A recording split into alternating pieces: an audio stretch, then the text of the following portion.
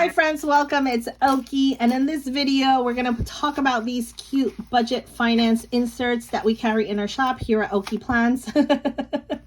I've been asked for the longest to make a new video in regards to this, especially these. And yeah, listen, I'm in summer mode. I'm in slow mode right now, but I said, you know what, let me film this up to have it post on Friday for Finance Fridays as an extra video. Yeah, so this I'm yet to add to the shop. I'm going to add it because I just finished formatting it to make it easier for you guys to print and cut, or as a PDF file as well. Like, it's just simple and easy to use. It's like how you're able to track your daily spending. This is what I use when I do my month-end recap. I write down everything that I spend, and this is how I track my spending habits. And from there, I figure out how I'm going to do my budget and so forth. But yes, so I'm definitely going to be adding this to the shop. These are all in a personal size. If you are a budget friend of ours coming from the budget world, these have always been referred to as, and not just like in different shops, but also on Amazon, Alibaba, AliExpress, as A6 binders, okay? In the planner community, there's a very, very big difference of personal size and A6 inserts. So for us, these planners, binders, are a personal size. So just make sure you're aware of that, especially for shops like mine that we do make cash envelopes. These are just like my old ones. Not these particular, but I have other ones that they're labeled as personal size cash envelopes. So just make sure you're aware of that so there's no confusion. But yes, I don't know why they call these A6. There are out there true A6 planners, but they're not these. These are basically personal size. So just be aware of that. Always ask the sellers, is this a true A6 or is this a personal, to just make it easier for you? Because once again, the worst thing is you're asking for A6 and it's a shorter and the rings are different, and it's not, once you get it, it's not going to fit and it's a waste of money. So just be aware of that. So yes, we're going to talk about these inserts. I have been using this system for the longest. There's so many systems out there. There's so many planners. There's so many things about finances. My biggest word of advice is, you know what, try it all out, figure it out, find something that is really going to work for you and help you out as far as budgeting and know where your money is going. And yes, we're going to get into this right now. First thing first, I'm the realist. Now, you definitely need a calendar, okay? Look at my piggy pen. He is so cute. I love it. You're definitely going to need a calendar for reference, to know when your paydays are coming, to know when your bills are due. Majority of the shops have a bunch of different types of calendars. These are the two I carry. This is a month on 2 page, so it's printed on 2 separate pages. It's not printed back to back. I always just like to print it like this because once the month is over, I like to take it out of my planner and make space. Having the full year in 2 pages, that's 24 pages that you're putting in your personal size, and it takes up a lot of space. So I try to keep it per quarter. If you want to fit all of them, go for it. If your rings are 25 millimeter like this is my baby right here. This is my LVMM Agenda. I love her so much. And the rings here, I wish they were bigger, but they're not. I can only fit so much inserts. Like, it can get bulky. But if they're 30 millimeters, like the Moterms and I don't know what other planners that may come, you do have a little bit more space. So just keep that in mind when you're trying to fit as many monthly inserts as you can. The benefits of having a month on 2 page is that the spacing, you obviously, the boxes are bigger. You could fit in more information there. If you like to sticker it all up, you could definitely fit the sticker plus the place that you're paying and the amount as well. This is a month on 1 page. This is, for me, it's more of like a reference. It takes up just 1 sheet. Some shops print it back to back. Like I said, I like to just have one because I could always remove it and have the next month there. I don't have to flip it, you know, to the other side. You can still use the mini stickers. I know a lot of shops carry the mini stickers. This is like the mini sheets. We have a standard sheet, a larger sheet for the weekly ones, but when it comes to a lot of the icons, we have the mini ones. So if you're really into like putting stickers down in your planner, this will fit both the larger size, but also the smaller boxes. That's if you like want to track. I mean, if you have a lot of credit cards to pay and, you know, if you don't want to get overwhelmed, you don't have to put it all. But if you just have a few, it looks cute. You know, it's aesthetically pleasing. So listen, you're going to do whatever works for you. But yes, 2 options right here, month on 2 pages or month on 1 page. I'm going to put this one on side, and I'm just going to use this one as a reference because I kind of like marked it down there. So what do we have here? These are the budget inserts. This is the tracker, which is separately. And you get 2 sheets. 2 sheets because some people get paid every week, once every week. Or some people get paid every other week. Some people get paid 2 times a month, so bi-monthly. Or some people just get paid once a month. That'd be tough. But either way, you know, it's all based on budgeting by paycheck. So that's what I focus on, because I used to like try the budgets that were like, oh, what do you think what's your estimate? You know, like, I think I'm going to spend this amount, and then you have to put your actual totals. That just never worked for me. I'm not an estimating kind of girl. I need real numbers. I need to know, okay, this money is coming in. How much money of that is going to go towards paying bill? Can I even afford to save anything? Or do I need to kind of like break, you know, lower the cost of my food and all that stuff that we're going to write down? So this way you can see it more of a visual way. But yes, it is so important to know all those things, you know, like how much money you're making. Are you falling short? Are you okay? Like, do I need to get a second job? Do I need, you know, I need more money. So it's definitely important, because remember, guys, it's not your salary that makes you rich, is your spending habits. Honestly, I've come across so many people that make so much money and they spend so much and they don't even know, because they just know that the money is there. But then it's like, wait a minute, where did our money go? And before you know it, they have nothing saved up, nothing for retirement. And it's a scary feeling, especially if you're like in your 40s, 50s, like, you know, trying to play catch up. It can be sometimes very stressful. Finances in general can be very stressful. If you're in a lot of debt, you know, it gives you anxiety. You just like can't eat, can't sleep, because you don't even know what bills are going to get paid. And so I'm going to show you guys how we use these inserts to make it even more simple, because like I said, people get paid differently. Some people, once again, once or more than once a month. I'm just going to keep it basic, and I'm just going to say that I'm going to get paid on the 1st and the 15th of this month. So 2 times this month. These are going to be random numbers. Once again, I'm just showing you how the inserts are used. So first thing first, as I'm setting up my calendar, I know I'm going to get paid on the 1st and the 15th. Maybe I have 2 credit cards, or however you want to do it. Now here on the monthly bills due, I'm focused on the first paycheck. So my first paycheck is on the 1st. And let's say any bills that I have from the 1st through the 14th, I'm going to write down. So from the 1st to the 14th, I'm going to write down in this page. These inserts, as you see, it comes like white here with a pink accent for the bottom half, which is the second paycheck. So this would be for the 15th through the 30th or 31st, depending when it ends. It's also available in just black and white, so you can do your own highlight, however you want to do it. But to me, visually, I like to separate it. Also, depending on how many bills you have, okay? So let me fill this out. On the 1st, let's say I have to pay my rent or mortgage. Let's say rent. These are just random numbers. Let's say my rent is due. And if you pay, like, I know there's some people that separate. I'm not going to get into all the other, you know, like, oh, in different scenarios. I'm just going to stick to a basic scenario. So on the 1st, our rent is due. Let's say our rent is $1,400, okay? These are just, once again, random numbers. I also, if you have a car payment, on the 2nd, I have to pay my car payment. Let's say it's $400. I have to pay on the 7th. I have to pay my Visa credit card. I don't know. Depending where you're at, if you pay them in full, you can pay them in full. Or if you're just doing minimums, let's say I'm just going to do $50. I have to pay my, on the 10th, my electricity, whatever company you have. Right now it's summertime. It could be high. Let's say it's $175 for electricity if you pay electricity.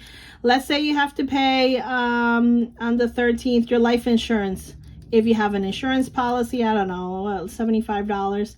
All the things that you would have to pay from the 1st to the 14th, you're going to write them down. The P is if you pay them already. So there's certain people that have their bills and payments in automatic. I'm one of those people. All my bills are automatically withdrawn. I don't have to log on. I mean, the only one that I log on is for my American Express bill, but everything else is automatically withdrawn. The P is if you've paid it. So if it's on auto, I would automatically just write the P. If I know I have to log on to pay my Visa credit card, I wouldn't write down the P until I pay it online or via phone or however.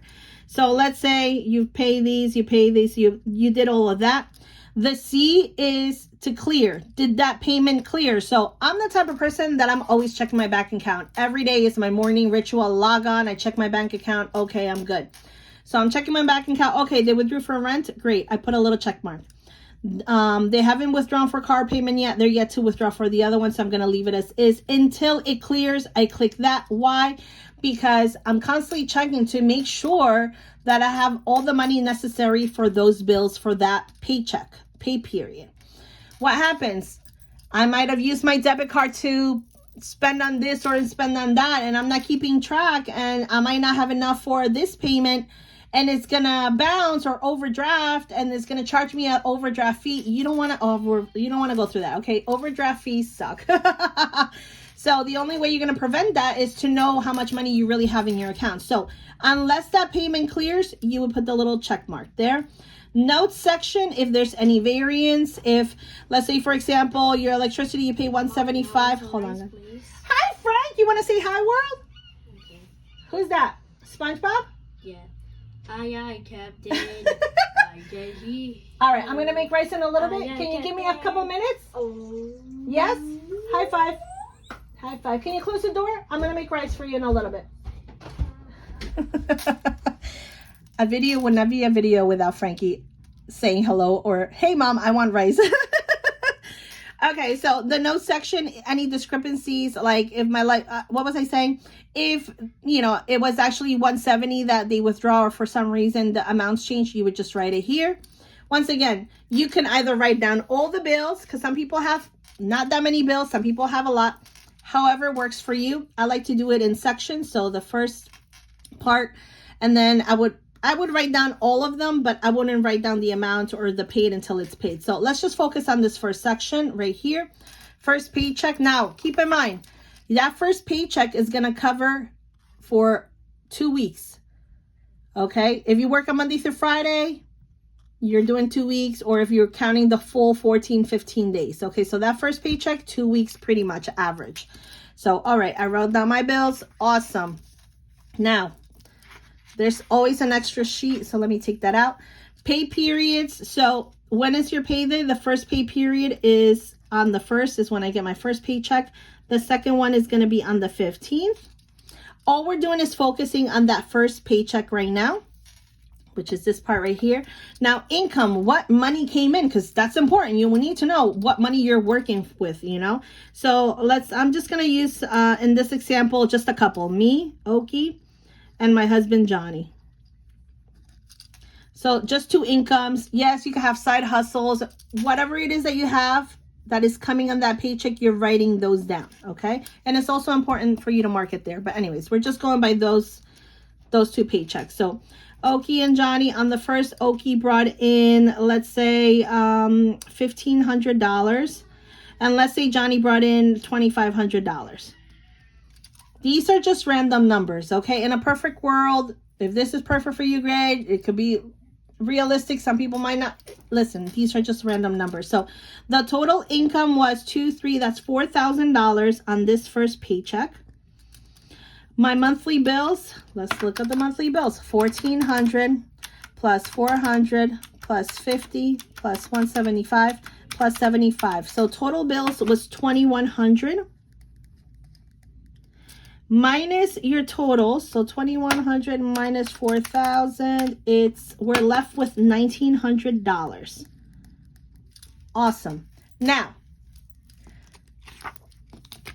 this is just an extra sheet, and you see how this one says pay period 1, 2. If you get paid 4 times a month, you would do 3 and 4. We're not going to use that right now, and we're not going to use this one right now because I have this one. Okay, so your pay periods, now you have your savings. If the scenario was that you only have $900 and you still haven't put money aside for your food, for your gas, for whatever it is that extras that you're going to need, if you know you're not going to have enough for that, then you should not be saving right now. Or if you have a lot of debt, you should probably be paying your debt off. But in this example, $1,900. We're going to put some money aside because that's a good amount to work with, okay? Like I said, if your situation were different and you're in a really, really tough situation that, man, I'm only left with $200, you're going to have to figure out how you're going to survive with $200 for the rest of the next 2 weeks until your next paycheck, because you only have $200. I mean, that might not even cover your food shopping. So scenarios like that, you have to either, man, I got to make more money. I got a second job, get a third job. He has to, you have to figure out to bring more income. Okay. It's a lack of income right there. Here, we're in okay situation. So let's say, for example, I know for this paycheck, we're going to need to put aside besides our 401k, let's say if you have it in the, from your job, I'm going to do my Roth and just Johnny with the Roth. So we're just saving this paycheck for just the Roth. Let's say we're going to do $400 in each account. So that is going to give me a total of $800. Income total was the $1,900, which is here, right? Because we got paid, but we paid bills. Now we have this. Now we put some money aside in our savings left with 800 minus 1,900. That's $1,100 we're left. From those $1,100, okay, we have money to work with. So now let's set up our cash envelopes. These are the categories that you need to survive. Okay. After all your bills are paid or your savings, this is the money that now we're going to work with. So categories, normally number one is food shopping because we need to eat. If you do have a little budget for takeout or dine out, gas, your car needs to eat too. So gas, let's say if you have one car, Okie. If you have gas and your husband has a car too, you would put down gas. Depending on what it is that you need to set money aside. If you get your nails done and you know that usually you get it done in the beginning of the month. Okay, I need to get my nails done, so I need to save some money for that. If you have a job and it requires you to eat lunch at the job, or you don't make your lunch, like for example, Johnny has a lunch budget that I include. Different situations. So I'm just gonna stick to nails, gas, food shopping, dine out. Let's say let me put lunch just to make it more like a little more realistic. That's for Johnny. And whatever else. So I'm just gonna stick to this for now. So food shopping. Pay period number one based on your first paycheck. When it comes to budgeting for this, I would hope that you've already tracked your spending habits. That's where this falls in, this tracker. You're writing down like everything that you spent on that month, because this is telling you, okay, man, this month we spent $560 in food shopping. If you divide that by 4 weeks, how much is that? And you kind of calculate how much you're going to need per paycheck. So once again, I don't want to like confuse you because I'm going to lose you, but I would have hoped that for this, you already kind of know how much you're spending every week on food shopping. If not, then definitely start tracking it, okay? Because that's just going to help this to be an easier process. So food shopping, for me, example, we spend about $200 every week on food when we go. We're a family of 5. So pay period 5. But in this scenario, it's just Okie and Johnny. So I'm going to say $100. That check is going to last you 1 week, 2 weeks. So for 2 full weeks, if you're spending $100 per week, that is $200 that we're going to need for 2 weeks. Takeout, I usually do $150. I'm going to slash it in half because in this scenario, it's just Johnny and I. So I'm going to do $75 per week for takeout. That is $150 we're going to need for this paycheck. I usually spend $30 on gas, as Johnny spends about $30. So 30 times 2, that's $60. Johnny, $60. Sometimes I even just write down the 2 because I know I'm going to need it for 2 weeks to get these calculations. Nails is a one-time thing. I usually get my gel. Depending on how much you spend on your nails, it could be $40, it could be $50, it could be $100. I'm going to give it like $60 for nails. And then lunch, Johnny, he averages about $15 each day for lunch. So he is working 2 full weeks. Monday through Friday, that's 5 days and 5 days. That's a total of 10 days because then on the 15th, we'll get another paycheck. So for the next 10 days, he's going to need 10 times 50 is $150. So $150 for him. Okay, based on this, that's what we're going to budget for. Some people give themselves spending money. I think based on this amount, we can afford some spending money. So realistically, Johnny will get spending. I put allowance or Okie spending. Let's say whether you do $25 a week or $50. Let's do $25 a week. That's $50 for 2 weeks and $50 for 2 weeks. Great. So we have this. Now let's add this up. $200 plus $150 plus $60 plus $60 plus $60 plus $150 plus $50 plus $50. So we're going to need to set aside $780. Savings total, this is the total from here. Obviously, different scenario once again. If you don't have any spending, you will carry over just this income total here, okay? If you didn't save nothing, this will be blank, and that total from how much money you have after you've paid your bills will go here. But since we did a little savings, I'm going to take this total and put it there. So $1,100 minus the $780. So we're left with $320 still. If you're still in this scenario and you have some money left over, God bless you. You're in a good situation so far. Give this money some purpose. You either can keep it in your checking as a cushion for until the next paycheck, or if you know you're really not going to need it because you have enough money here, you could also maybe add a little extra. Or if you want to do another category, you basically have $320 to play with. Okay, that's up to you, whatever you want to do it, but definitely give it a purpose. Voila. Simple as I'm paying my bills. As the bills are being cleared, I'm clicking the check mark. I'm checking my checking accounts on a daily basis to make sure the money is there. Oh, this cleared. Great. Great.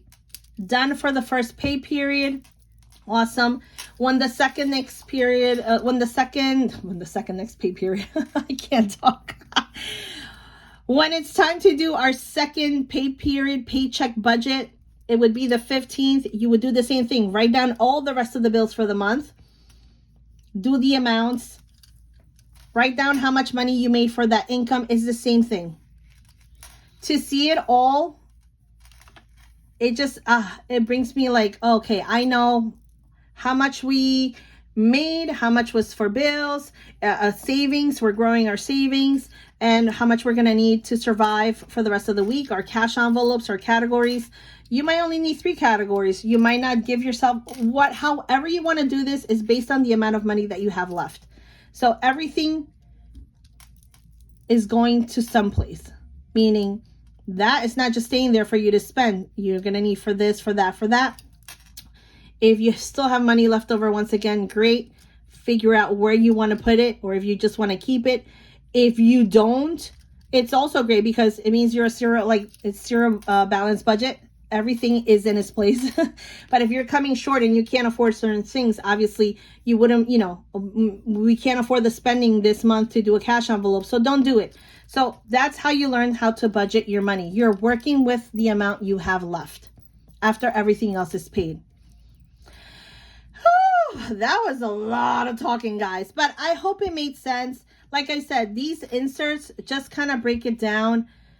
It helps you be on track. Especially to me, it's important to see how much we're saving. Like I said, it's all based on where you're at right now. You might not be able to save anything. You might not be able to afford to have any more extras. You just need your food, not even takeout, just your gas. And that's it, food and gas to survive, because reality is sometimes we don't make enough and we don't have enough. So I hope this was very well explained. If not, message me, email me, comment down below. But it's pretty, it's pretty easy to fill these inserts out. I like it to be as simple as possible.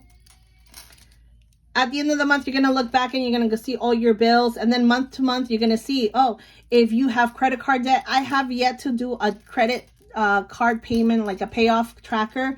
I don't create something that I haven't used or needed. So like I said, we don't have any credit card debt, but maybe I'll make one later on. I don't know. I really don't know. I'm not going to commit to that. I'm just talking about this right now. Okay, stick to this. Just stick to this. Because then I'll be like, yeah, I'll make it. And they're like, yeah, can you make it? And then I never make it. I'm sorry, guys.